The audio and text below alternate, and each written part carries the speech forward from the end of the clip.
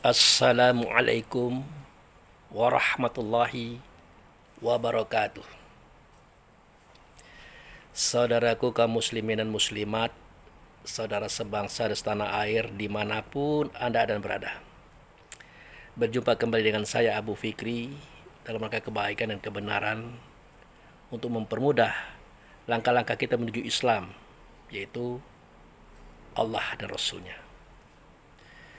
Pada sore hari ini saya nak menyampaikan sesuatu yang mungkin bermanfaat dalam membentuk pola pikir dan pola rasa di batin kita, yaitu bahwa Al-Quran, hadis, qiyas, ijma' mujtahidin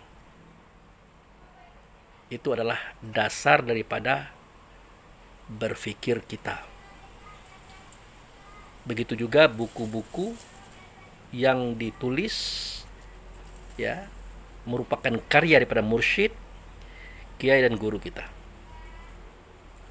Itu adalah dasar berfikir kita. Oleh karena Quran, hadis, qiyas dan ijma beserta buku-buku yang ditulis oleh guru kita adalah sebagai dasar berfikir, maka perlu dipelajari, ditumbuh kembangkan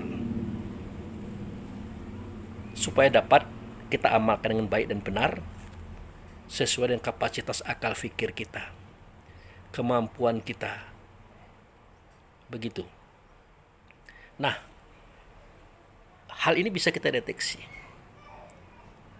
Bisa kita pelajari sejauh mana keberhasilan kita terhadap pemahaman kita pada dasar-dasar hukum tersebut. Nah, dari pemikiran tadi, dia akan menumbuhkan suara, kata, dan perbuatan. Dia akan menumbuhkan etika dan perilaku serta akhlak.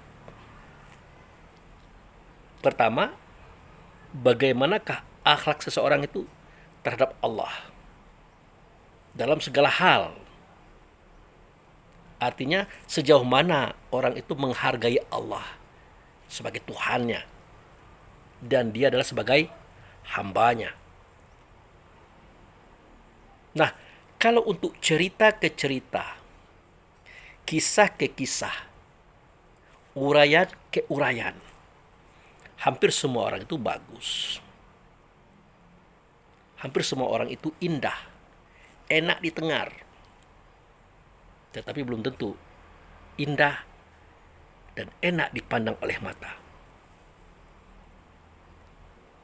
Jadi ukuran daripada seseorang itu sudah baik dan benar terhadap Allah dan Rasulnya itu bisa kita lihat dari bagaimana cara dia bersuara, berkata, dan berbuat di dalam masyarakatnya terhadap sesama manusia. Bahkan lebih daripada itu, terhadap alam semesta seperti angin, air, tanah, api, tumbuh-tumbuhan, buah-buahan, hewan-hewanan, dan yang lainnya. Jadi ukuran seseorang itu sudah berhasil atau baik serta benarnya dia bertuhan kepada Allah, berasul kepada Muhammad Rasulullah Sallallahu Alaihi Wasallam, bisa kita lihat bagaimana cara dia berperilaku di tengah masyarakatnya. Itu ukurnya itu.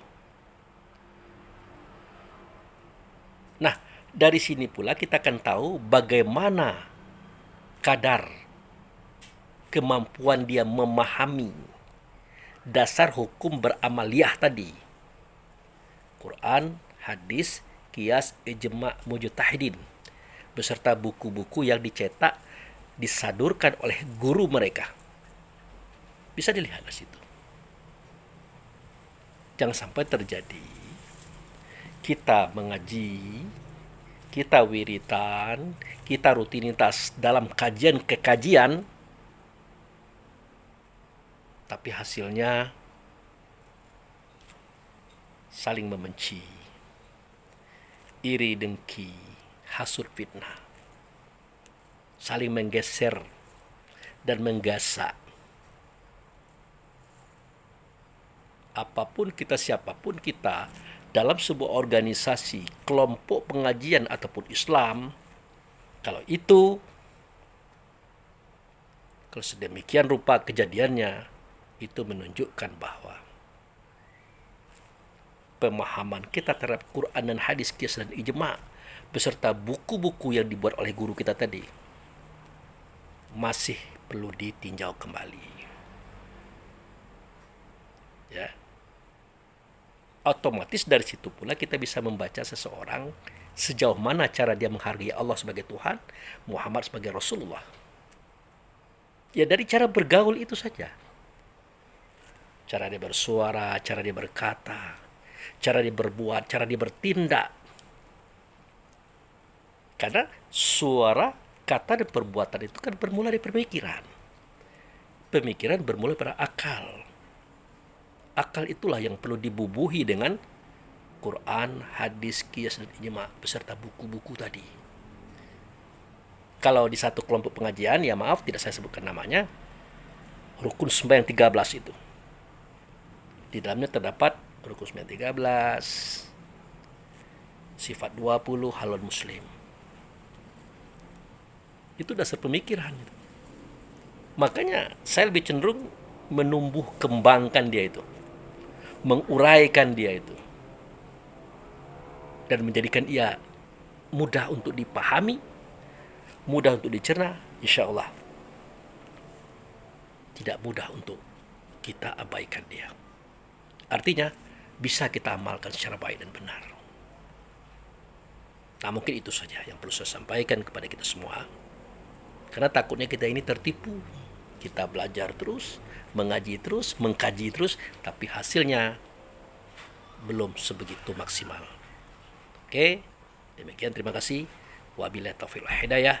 Assalamualaikum warahmatullahi wabarakatuh.